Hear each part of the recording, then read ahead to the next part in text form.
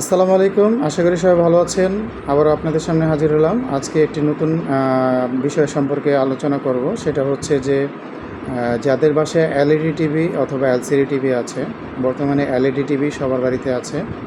তো LED TV কালো হয়ে আছে, কোনো কিছু দেখা যাচ্ছে না। এই প্রবলেমটা, এটা আসলে কী থেকে এই প্রবলেমটা হয় সে সম্পর্কে বলবো। মূলত এই প্রবলেমটা দুটা কারণে হতে পারে।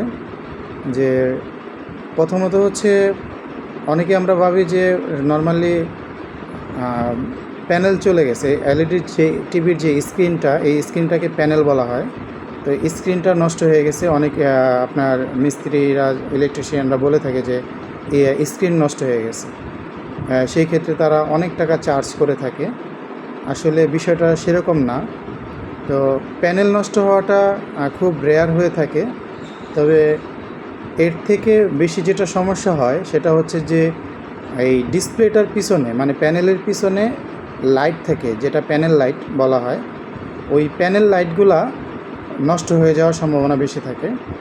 কারণ এটা এলইডি লাইট থাকে, তো এলইডি লাইটগুলা নষ্ট হয়ে যায় অধিকাংশ ক্ষেত্রে, যার কারণে দেখা যায় যে টিভি অন্ধকার হয়ে থাকে, আপনি কোনো কিছু দেখতে পারেন না। তো সেই ক্ষেত্রে হচ্ছে যে আপনি এলইডি লাইটের দাম খুবই সামান্য।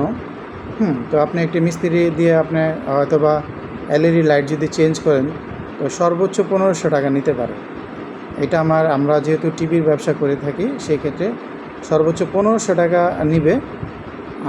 অথবা বড় টিভি হলে সেই ক্ষেত্রে হয়তো বা একটু বেশি নিতে পারে। কিন্তু 32 ইঞ্চি বা 43 ইঞ্চি এইসব টিভির ক্ষেত্রে সর্বোচ্চ 1500 টাকা নিবে। কিন্তু আপনি যদি প্যানেলটা চলে যায়, প্যানেলটার ক্ষেত্রে তো দেখা যায় যে একটা 32 ইঞ্চির প্যানেল অনেক ক্ষেত্রে 9000 টাকা হয়, 8000 টাকা হয়, 6000 টাকা হয়, আবার এর চাইতে কমও হয়। কিন্তু প্যানেলটার দাম তো অনেক বেশি। সেক্ষেত্রে আপনি একটা প্যানেল লাগানোর চাইতে আমি মনে করি যে একটা নতুন টিভি কিনাই ভালো। কারণ প্যানেল লাগালে ওই প্যানেলটার কিন্তু ওয়ারেন্টি পাচ্ছেন না। তো প্যানেলটা না লাগানোটাই ভালো। এক্ষেত্রে একটা নতুন টিভি আপনি কিনতে পারবেন। সেক্ষেত্রে আমি যদি বলি যে এক্ষেত্রে আপনি যদি একটা চায়না টিভি কিনেন, তাহলে কিনতে পারেন 13,000 14,000 টাকা দিয়ে। ওই টিভিটাও আপনি 3-4 বছর আরও বেশি দেখতে পারবেন না। ভাগ্য ভালো হলে 5-6 বছরও পার হতে পারে। তো এইটা হচ্ছে মূল কারণ যে টিভি কেন কালো হয়ে থাকে বা কালো হয়ে রয়েছে। এটার কারণটা হচ্ছে এই যে ম্যাক্সিমাম ক্ষেত্রে হচ্ছে ব্যাকলাইটটা চলে যায়। ব্যাকলাইটটা চলে গেলে আপনার ওই ক্ষেত্রে 1500 টাকার মধ্যে আপনি ঠিক করে নিতে পারতেছেন। কিন্তু অনেক ক্ষেত্রে মিস্ত্রিরা বলে যে না, প্যানেল চলে গেছে বা ডিসপ্লেটা চলে গেছে। মূলত সেটা না, এটা ভালো মিস্ত্রির কাছে নিয়ে যাবেন, তো দেখবেন।